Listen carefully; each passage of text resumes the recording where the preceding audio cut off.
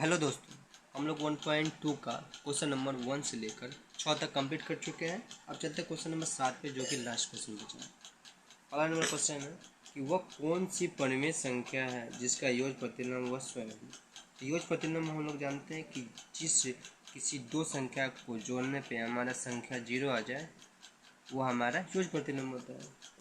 और अगर किसी को योग प्रतिलोम के बारे में पता नहीं है तो वो हमारी इसी वीडियो के शॉर्ट सेक्शन में जाके पूरा डिटेल से जानकारी वहाँ पर दिया गया है, आप जाके देख सकते हैं। ठीक है, तो देखिए किसी दो परिमेय संख्या हो, वह कौन सी परिमेय संख्या है जिसका योग प्रतिलोम वह स्वयं है। तो जीरो ना तो धनात्मक है और ना ही ऋणात्मक है, इसलिए जब जीरो को जीरो से जोड़े या घटा कोई प्रभाव करने वाला नहीं है, जीरो ही हमें देता है, इसलिए ये हमारा आंसर इसका जीरो है। अब क्वेश्चन नंबर बी है, किसी ऋणात्मक परिमेय संख्या का ऋणात्मक क्या है। देखिए किसी ऋणात्मक परिमेय संख्या का ऋणात्मक क्या है। कोई एक ऋणात्मक परिमेय संख्या लिए, जैसे मान लीजिए 2 लिए। किसी ऋणात्मक परिमेय संख्या का ऋणात्मक क्या होगा। अब ये माइनस और माइनस क्या हो जाएगा, प्लस हो जाएगा, तो हमारा क्या हो जाएगा, +2 आ जाएगा। तो माइनस को हम लोग बोलते हैं ऋणात्मक, आप लोग जानते हैं, और प्लस को बोलते हैं हम लोग धनात्मक। ठीक है, तो ये हमारा -2 धनात्मक होगा, तो हम लोग को यहाँ लिखना है धनात्मक।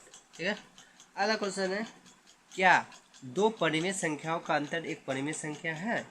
बोल रहा है जब किसी दो परिमेय संख्याओं को, अंतर मतलब घटा होता है, जब किसी दो परिमेय संख्या को, जैसे 2 - 1 = 1 की, ये हमारा परिमेय संख्या है, क्योंकि इसके नीचे 1 लिख सकते हैं और इसके नीचे हम लोग 1 लिख सकते हैं, इसके नीचे भी हम लोग 1 लिख सकते हैं। देखिए 2 में 1 घटाएंगे तो 1 होगा, तो ये हमारे क्या है, परिमेय संख्या होगा। तो हम लोग लिखेंगे हाँ, संभव है कि दो परिमेय संख्या का अंतर एक परिमेय संख्या है। ठीक है, चलो अगला चलते हैं।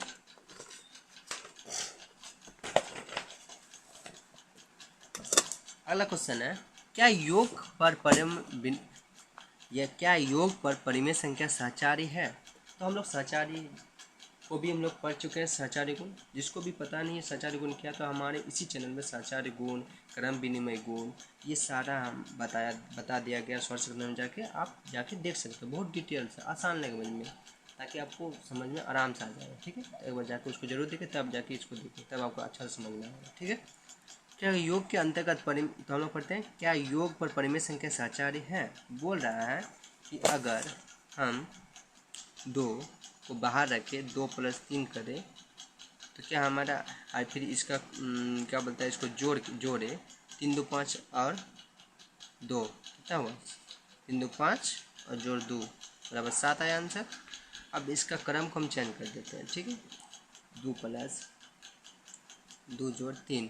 ठीक है, अब इन दोनों को ब्रैकेट में डालते हैं, इसको बाहर रखते हैं। ठीक है, अब इसको जोड़ते हैं, 2 2 4 और जोड़ 3 = 7। देखिए 7 में हमारा सेम आंसर आ रहा है, तो हम लोग लिख सकते हैं यहाँ पर, क्या योग पर परिमेय संख्या सहचारी है, तो हाँ।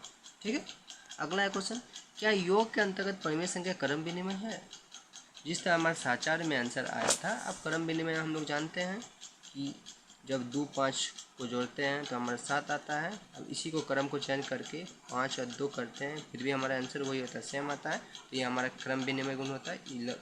इसको हम लोग पढ़ चुके हैं, जिसको भी समझ में नहीं आ रहा वो जाकर हमारे शॉर्ट सेक्शन वीडियो में जाके देख सकते हैं। ठीक है, तो अगला चलते हैं, क्या व्यवकलन के अंतर्गत परिमेय संख्या क्रम विनिमय है। देखिए हम लोग देखते हैं, व्यवकलन होता है माइनस घटाव में। ठीक है, घटाव में बोला क्या क्रम विनिमय गुण संभव है। देखिए 2 - 1 बराबर क्या होगा, 1 होगा। अब इसका क्रम को चेंज करते हैं, 1 - 2 बराबर क्या होगा, -1। तो देखिए क्रम विनिमय गुण हुआ, इसका आंसर अलग, इसका क्रम अलग, ये हमारा तो क्रम विनिमय गुण नहीं हुआ, इसलिए हमारे यहाँ पर आंसर नहीं है। ठीक है, अब अगला है, क्या व्यवकलन के अंतर्गत परिमेय संख्या सहचारी में है। तो हमारे सहचार में भी नहीं होगा। ठीक है, सहचार में भी व्यवकलन में नहीं होगा परिमेय संख्या का। ठीक है, अब देख लीजिए 2 और 3 - 2 कर लीजिए। ठीक है, अब इसको बाहर रखिए, इसको सॉल्व करते हैं। 3 में 2 गया 1 और 2 का 2, 2 - 1 बराबर 1 आया। और इसको सॉल्व करते हैं, 2 में 3 गया -1 और ये रहा -2, माइनस प्लस, 2 और 1 3 -3, देखिए यहाँ पर हमारा 1 आया और यहाँ पर हमारा -3 आया, दोनों में बराबर आया नहीं आया। हम लोग बोल सकते हैं कि व्यवकलन के यानी घटाव के अंतर्गत परिमेय संख्या सचार्य नहीं है। ठीक है, इसलिए यहाँ नहीं लिखा है। ठीक है, अब अगला चलते हैं। वो कौन सी परिमेय संख्या जो अपने ऋणात्मक के समान है? मतलब इसका कहने का तात्पर्य है कि वो कौन सा परिमेय संख्या है जिसको वो कौन सी परिमेय संख्या है जो ऋणात्मक के समान है।